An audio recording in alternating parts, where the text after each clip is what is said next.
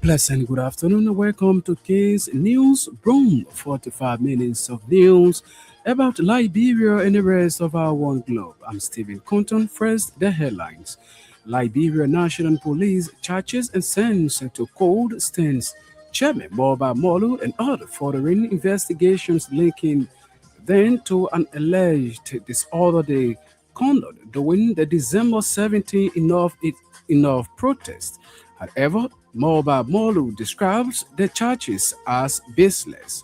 Nebo Partners for Democratic Development releases report on Unity Party-led government's arrest agenda. Nebo Partners Executive Director Eli Jaulo says only 3 of 378 promises fulfilled after 2 years of the UP leadership. And also coming up in the news, Liberia People's Party urges the boycott administration to launch independent probe into deaths of 4 LR8 auditors during the CDC administration. Away from whom Niger has revoked the licenses of dozens of transport operators and drivers for refusing to deliver fuel to neighboring Mali, where they face possible attack by jihadists. Details of these developments, the news bulletin, and the voices of the news makers are all packaged. We're taking a very short break to be right back.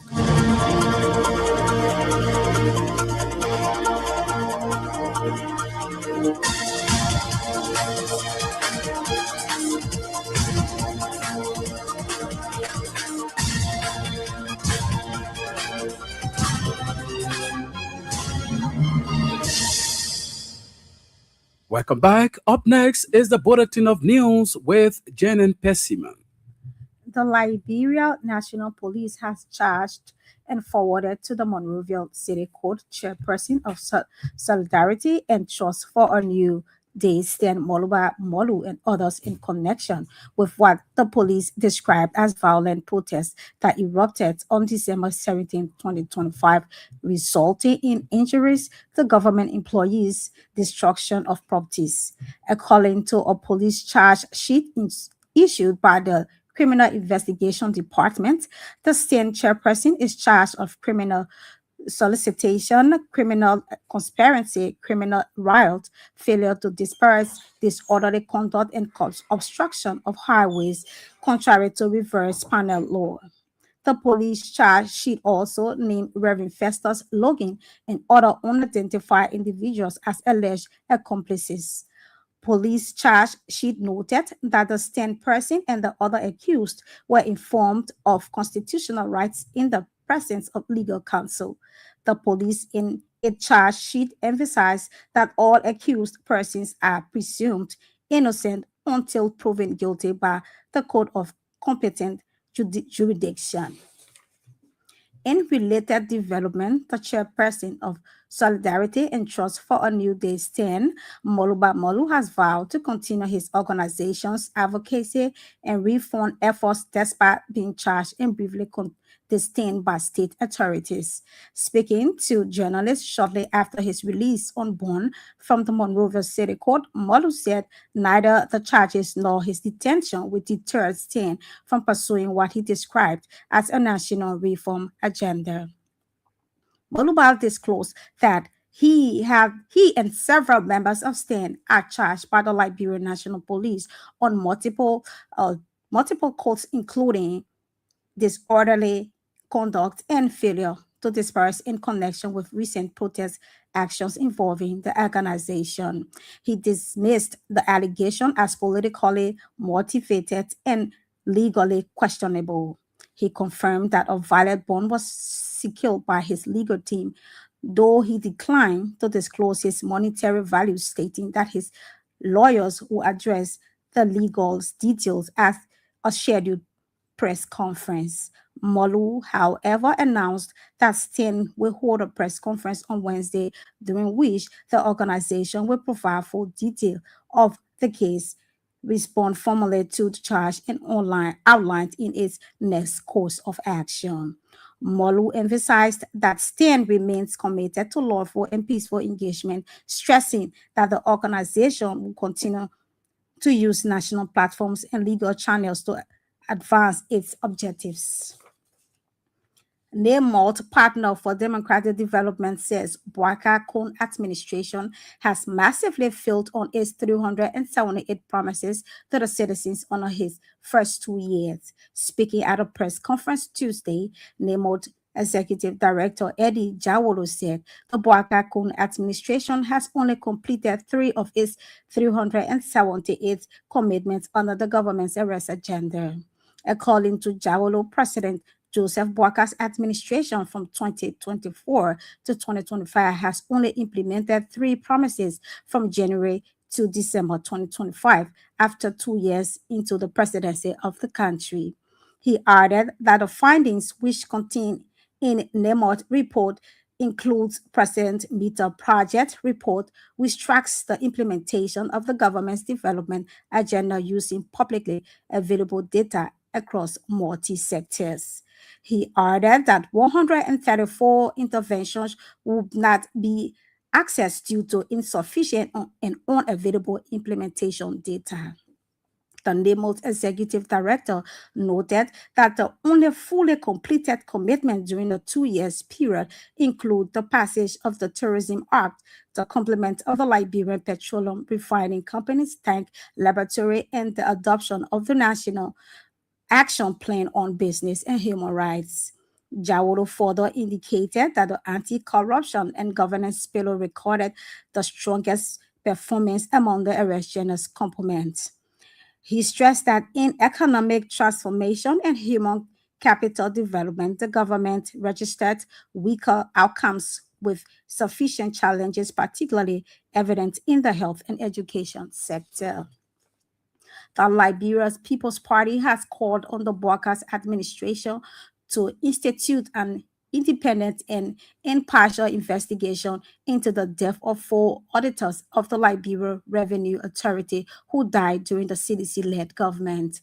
The auditors identified as Gifty Lama, Albert Peter, and George Fambutu, but reportedly found dead under circumstances the party described as mysterious and deeply troubling.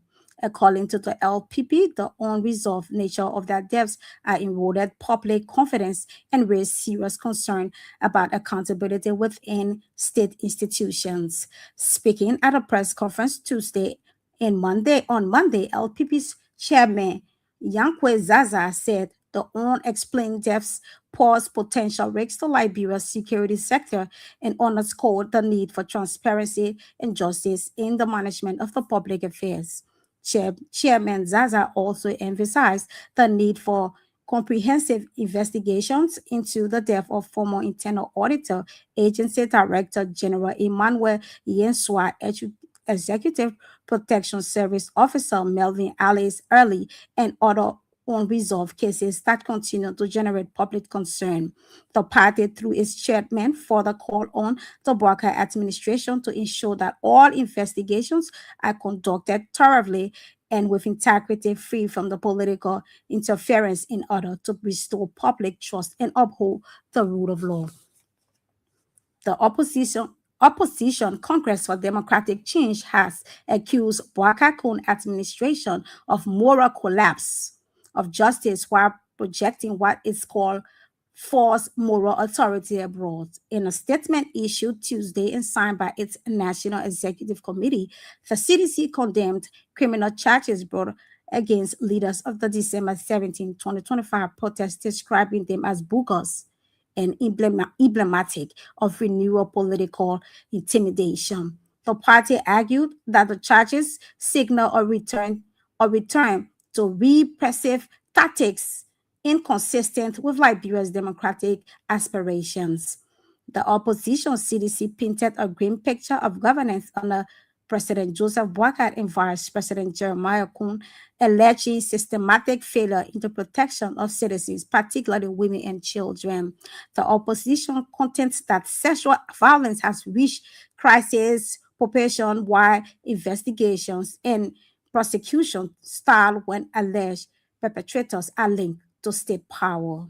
The CDC noted that country has recorded 3,957 cases of rape and gender-based violence in 2024, followed by 1,735 reported rape cases in the first 3 quarters of 2025 alone.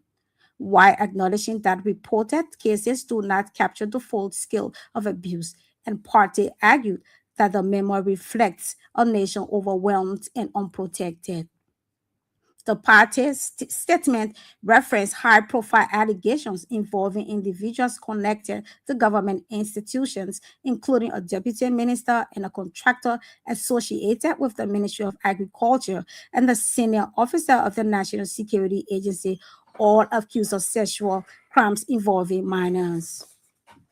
The government of Liberia, through the Ministry of Finance and Development Planning, has entered advance in negotiation with the International Monetary Fund for climate linking financing established in approximately $1.4 billion. The fund's third review mission held high-level discussions with Liberia's economic managers and key sector stakeholders.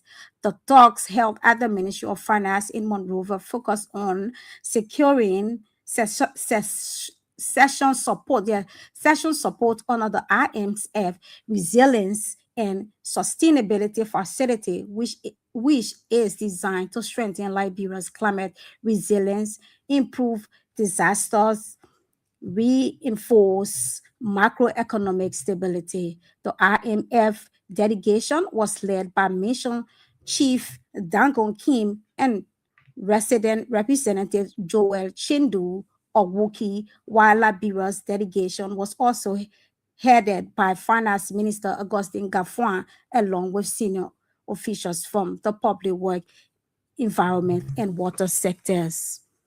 Former Minister of Finance and Development Planning, Samuel Twe, has described the four-line Roberts International Airport Highway as one of the most significant legacy projects of administration of former President George Weah. Speaking in an interview on Freedom FM Monday, Twe noted that since Liberia's founding in 1847, the country had not witnessed the construction of the modern four-lane highway until the Weah administration embarked on the RIA project. According to him, the expansion and modernization of the RIA corridor was a deliberate policy decision taken by former President Weah as part of the broader agenda to improve national infrastructure and accelerate Liberia's modernization efforts. He further criticized the UP administration, urging that they should not claim credit for development project that was initiated and executed under the previous government. The 12 further argued that contributing ownership of projects and starting by the current leadership is misleading and undermines transparency and accountability in governance. The managing director of the Liberia Civil Aviation Authority, Julius Dennis, has officially unveiled the Liberia Civil Aviation Master Plan 2025-2045, describing it as a transformation role.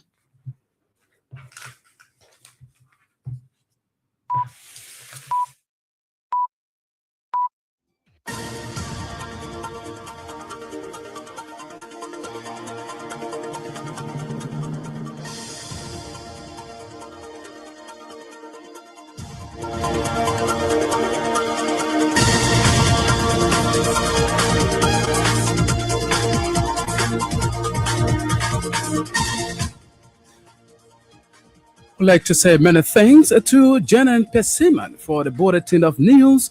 It's a regular feature on King's Newsbroom. 45 minutes of news about Liberia and the rest of our one globe. And one of our top developments this afternoon, NEMO Partners for Democratic Development releases report on Unity Party-led government's arrest agenda. NEMO Partners Executive Director Eddie Jowley says only 3 of 378 promises fulfilled after 2 years of the UP leadership. We are taking a very short break. When we come back, we'll bring you voices of the news makers.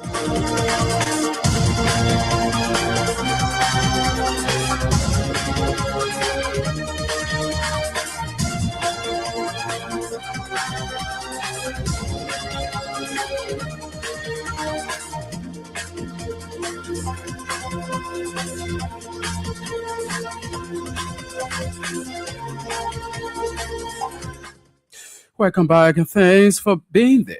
Let's now take our first development.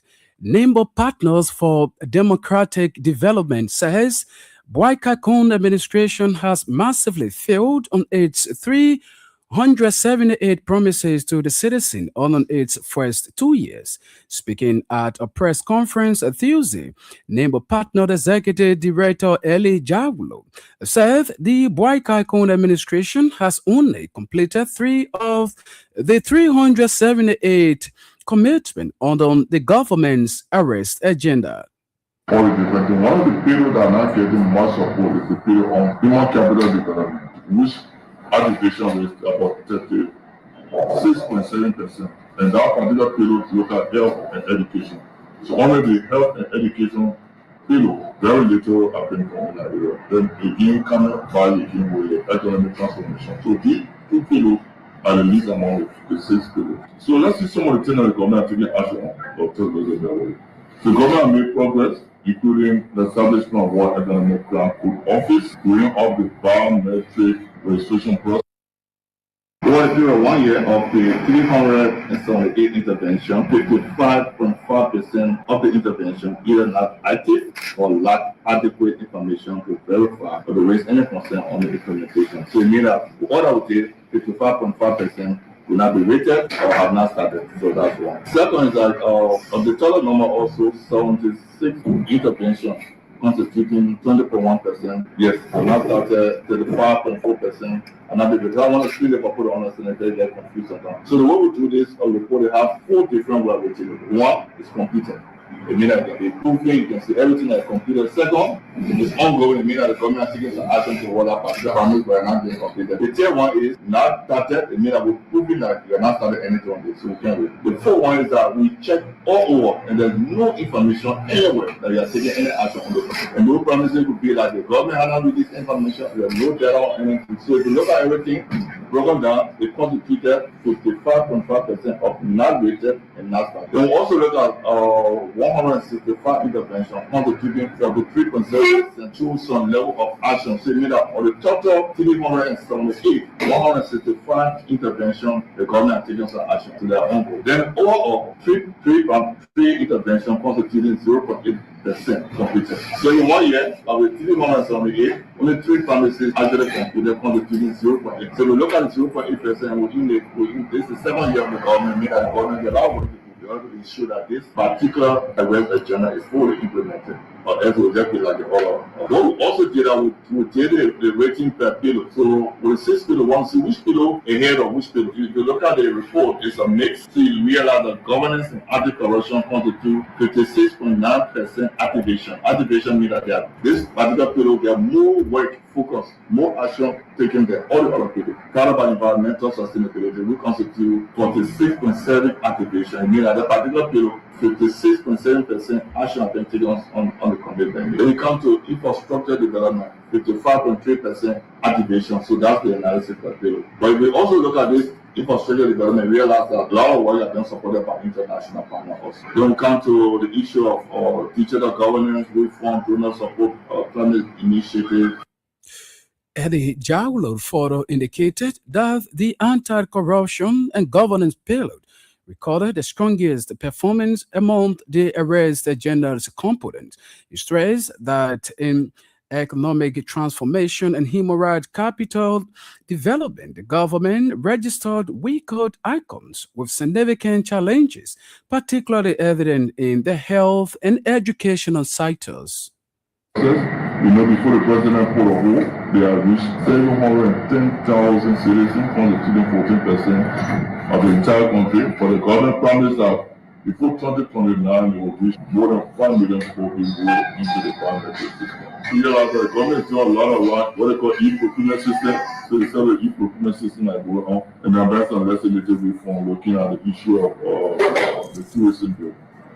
So to do a summary of the 6 pillars, so I will give you the report. Economic transformation have 80 intervention. Of the 80 intervention, 2 completed, constituting 1.5% of that particular period. Ongoing is 26, constituting 32.5%. Now rated is 2, constituting 2.5%. Now rated is 50, constituting 62.5%. So we look at the period, activation rate in total is 35%. If obstructed development, they have 47 intervention, what we call promises, 0 completed. Ongoing, 26, constituting 55.3%. Now rated, 18, constituting 38.3%. Now started, now rated 3, constituting 6.5. So if we look at this particular period, it's 55.3% activation. The whole activations are mean that they are focused a little bit in that area, right? They are looking. Rule of law, 35 intervention, which we call promises. 1 completed, constituting 2.9%. Ongoing, 16, 45.7%. Now started, 7, 20%. Now rated, 11, 34, 31.4%. Total activation is 48.6%. Counter governance and anti-corruption have 58 interventions. Eddie Jaulo is the executive director of Nimble Partners for Democratic Development there speaking. The chairperson of Solidarity and Trust for a New Day, STEM, Moba Molu, has vowed to continue on his organization's advocacy and reform effort despite being charged and briefly detained by state authorities. Speaking to journalists shortly after his release on bond from the Morovia City Court, Molu said neither the charges nor the detention would deter Stein from pursuing what he described as a national reform agenda. According to Molu, he and several members of Stein were charged by the Liberia National Police on multiple counts, including disorderly conduct and failure to disperse in connection with recent protest action involving the organization. So there will be a press conference that we are calling for Wednesday, this coming Wednesday, to address a series of national issues, including the business and unfounded flimsy charges leveled against us by the Liberian National Police. And of course, we are not deterred by their attempts to silence free speech and detail freedom of assembly. We remain committed to what we have initiated, and nothing is going to stop it. So it's unfortunate that the National Police has been weaponized against activists to the detriment of our democratic process. And so all I can say right now is nothing we will do will be enough to stop us from the path that we have chosen. So we are committed, we are determined, and on Wednesday we will clearly lay out moving forward the next series of action steps that will be by far bigger, by far significant compared to the previous action that we've taken. What are your charges? Charges that were levied are simply flimsy charges that were determined to slow us down, but we cannot be slowed. The revolutionaries get hardened when state actors throw in bottlenecks to deter their forward march. So charges like failure to disperse, disorderly conduct, etc., are flimsy, cannot be authenticated in view of actions taken on December 17th. So we don't want to even dignify them with a response. We are ever ready, we are prepared. The Liberian people will hear from us on this coming Wednesday. I mean, the valid bond was secured to have a How much? I can't go into the details of that. We will have a press conference on Wednesday and we'll give you all the other details that are relevant to the process. I'm from prisoner's bench, but this is nothing compared to the falsification of arrest of our members that participated in the December 17th process. I mean, they were humiliated, they were thrown behind bars, slept on the court. What I'm going through is even nothing. It's nothing compared to the humiliation that they went through. So we simply say to them that we are committed. Nothing we will push us backwards in pursuit of our agenda. We will continue to mourn the national. And up to this development, now, former Minister of Finance and Development Planning, Samuel Twe, has described the four-lane Rabat International Airport highway as one of the most significant legacy projects of the administration of former President George Weah.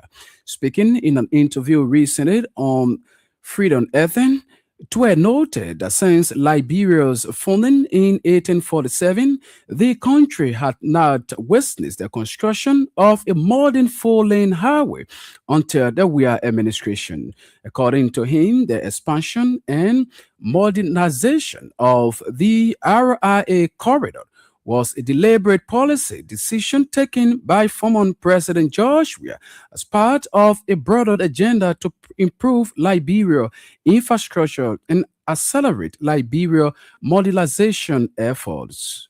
Only two lanes we are in Liberia for 178 years. Only two lane road. But the other clarity the public no one know about our. That CDC did it, the 4 lane. Simple. Anything you see on our road. Just ELW LRA junction, ELW junction to Ralphie, 4 lane, and CDC backs. Clear, at CDC. You that whole framework, if we're going to continue that, you be my stay on that lane. Yeah? You know, they will unpack that so that for public clarity. CDC. Yes, I'm telling you, the public saw the road start on the CDC. There's no confusion in the public mind about that. 4 lane road is George Weah's legacy in Liberia. 4 lane RI road. St. Joseph Junior Road is George Weah's legacy. No debate. If you carry the electricity there, to put street light there, you can claim something. But we'll say. So. Former Finance Minister Samuel Twe there speaking. The Liberia People's Party has called on the boycott administration to institute an independent and impartial investigation into the deaths for auditor of the Liberia Revenue Authority who died during the CDC administration. The auditors identified as Gifty Laman, Peter Herbert Peter, and Josh Fambutu were reported found dead under circumstances the party described as mysterious and deeply troubling. Speaking at a press conference Tuesday in Monrovia, LPP's chairman, Yankwese said the unexplained deaths pose potential risks to Liberia's security sector and underscore the need for transparency and justice in the management of public affairs. The Liberian People's Party, LPP, hereby issues a resolute and urgent appeal to the government of Liberia to reopen and vigorously investigate the mysterious death and alarming death of several public servants which have profoundly undermined national confidence in recent years. Specifically, the LPP is calling to renew investigations into the unexplained deaths of auditors Gifted Lamin, Albert Peters, and George F. Fambutu, 3 auditors linked to the Liberian Revenue Authority, LRA. These auditors perished under circumstances that raised grave concerns about security of Liberians, transparency, accountability, and integrity of government institutions. Furthermore, we demand comprehensive inquiries into the tragic death of Emmanuel Atin Buswan, former Director General of the Internal Audit Agency, IAA, and Melvin Early, an officer of the Executive Protection Services, EPS. Other unexplained disappearances include AFL Sergeant Bobby Manet, Mr. Early, Mr. Harry Beef Jr., mysterious murders of the son of William V.S. Todman, Mr. John Hillary Todman, Madam Victoria Zizi, the son of the late William R. Torber, Mr. Richard Torber III, and Yapawu Musumien, who died in police custody in 2025. There could be many more other Liberians who have suffered mysterious death, but that might not be listed here. The LPP demands a full, independent, and impartial investigation to restore public trust and strengthen democratic governance. The Liberian People's Party urges the Boyka-led administration to immediately institute a comprehensive, independent, and impartial investigation into all of the aforementioned deaths. This investigation must be conducted professionally, safeguard the integrity of the evidence, avoid any political interference, and ensure that the findings are made public and actionable.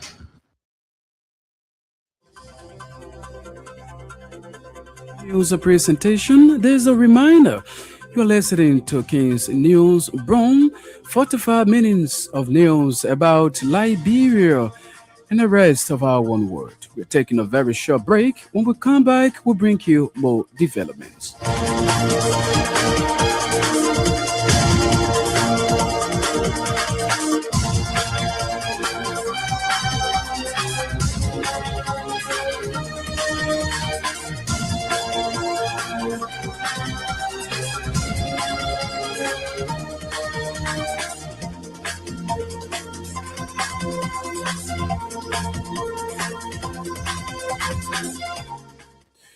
Welcome back. Up to this development, the managing director of the Liberia Civil Aviation Authority, Julius Dennis, has officially unveiled the Liberia Civil Aviation Master Plan 2025 to 2045, describing it as a transformative roadmap that will reposition Liberia's aviation sector as a driver of economic growth, connectivity, and national development. Speaking at the official launch, Danny said the master plan provides a comprehensive 20-year strategic framework for the sustainable development of Liberia's aviation sector, fully aligned with President Joseph Boyka's arrest agenda for inclusive development, the African Union's Agenda 2063, and the standard and recommended practices of the International Civil Aviation Organization.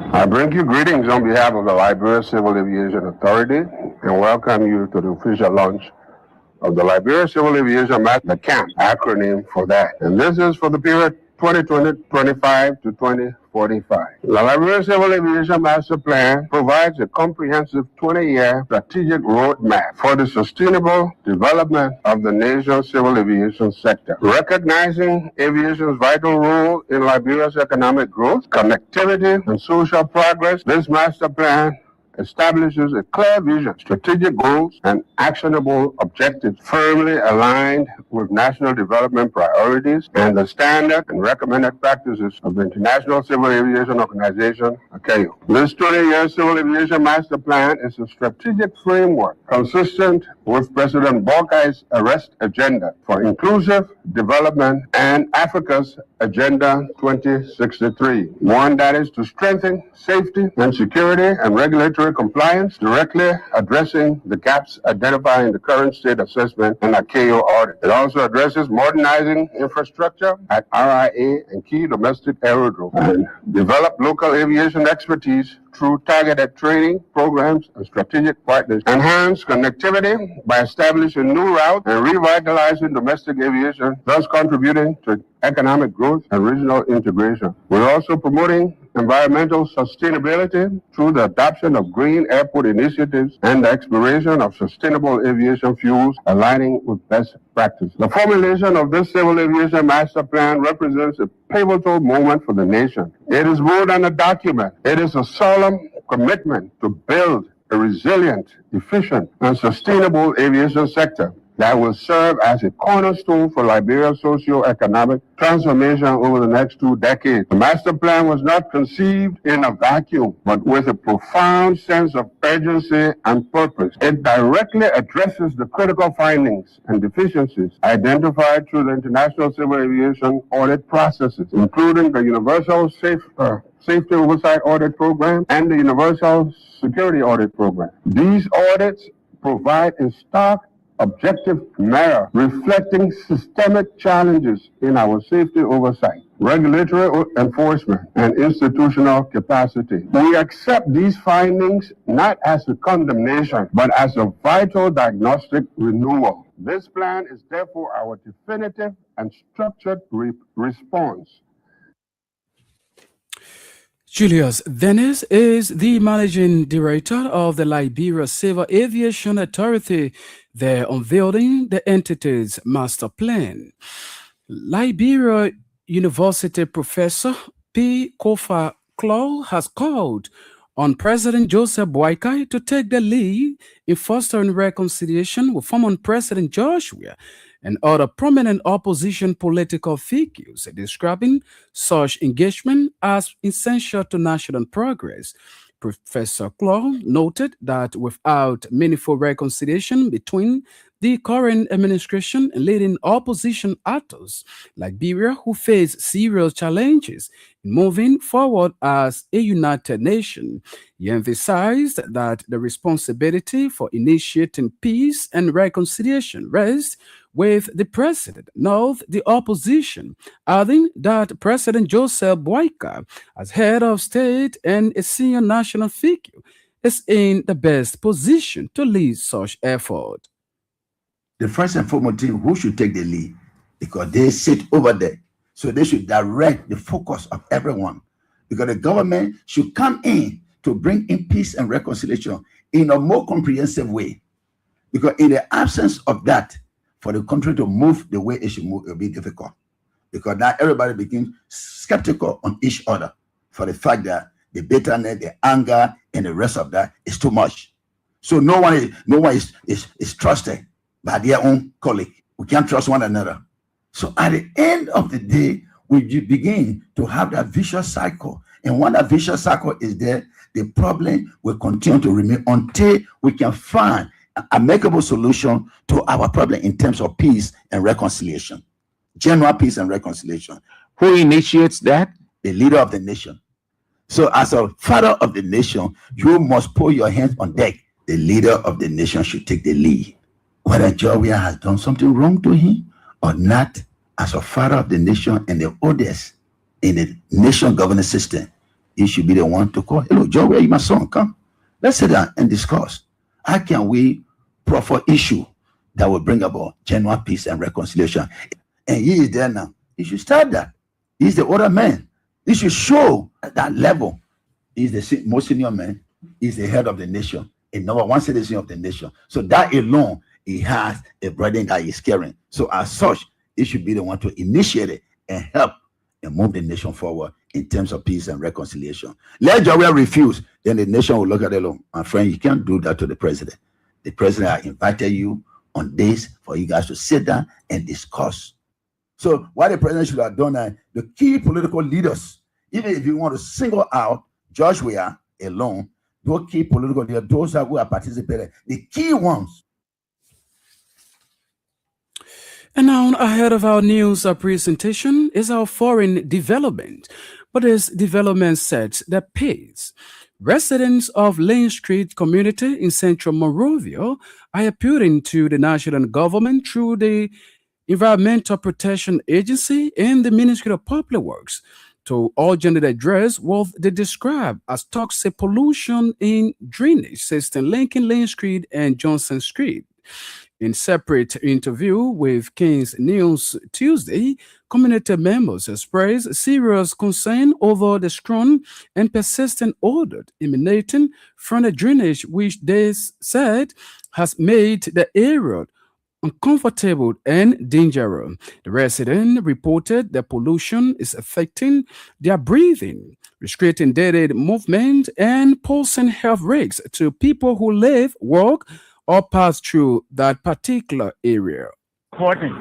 But what we have in this area that's causing the problem is the government sponsor a toilet, open sewage that flows in the waterway, which is called Soniwen.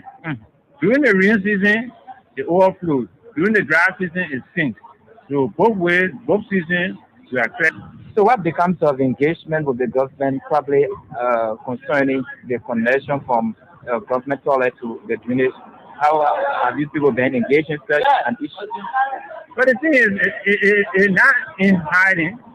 Public Works is one of the high government agents or agents that is located on Lynch Street. And Public Works is serve with the authority to keep to take care of the drainage and to even fix the road and all of those things there. So in no way can they say they don't know what happening. During the rain season, they can hardly reach to the office. During the dry season, it stinks. I know they are aware of it, maybe not by writing and giving them information, but they know the conditions. Most people when they walk in, they reaching the stone when they cover their nose. And people that walk and go to public work to work, you know that if it's deplorable. Like at times when any of the septic thing around anywhere bust, it comes down the village. When such a odor, I got to smell it. It got me sick. Okay. Yeah, it got me sick. It gave me fresh cold, and all of that, and the pollution from it. Yeah, it makes me to the to sense. But that's something that is affecting us everything. Honestly, and all of this can even reduce the lifespan. Residents of Lane Street community there in conversation with Kwame Brown of Our Star. And now, away from home, Niger has revoked the licenses of dozens of transport operators and drivers for refusing to deliver fuel to neighboring Mali, where they face possible attack by jihadists. An Al-Qaeda affiliate imposed a field block on the Mali in September and began attacking petrol tankers on major highways. The landlocked country depends on fuel imports and in July had signed a deal with Niger to supply 85 million liters of fuel over 6 months to its vast modern desert region where various militant groups operate. Niger is an oil producing country and a major ally to Mali, both run by military juntas, which faces jihadist violence. The field convoy from Niger making the journey across a route of 1,400 kilometers have faced jihadist attack even under military escort. Last November, Niger delivered 82 fuel tankers to Mali, which managed to stabilize the energy supply hit by the recent blockade as convoy traveling from Senegal and Ivory Coast have also been hit. Well, this is how we go on today's edition of the news program. But before we take leave of you, reminder of top stories we closed it photo.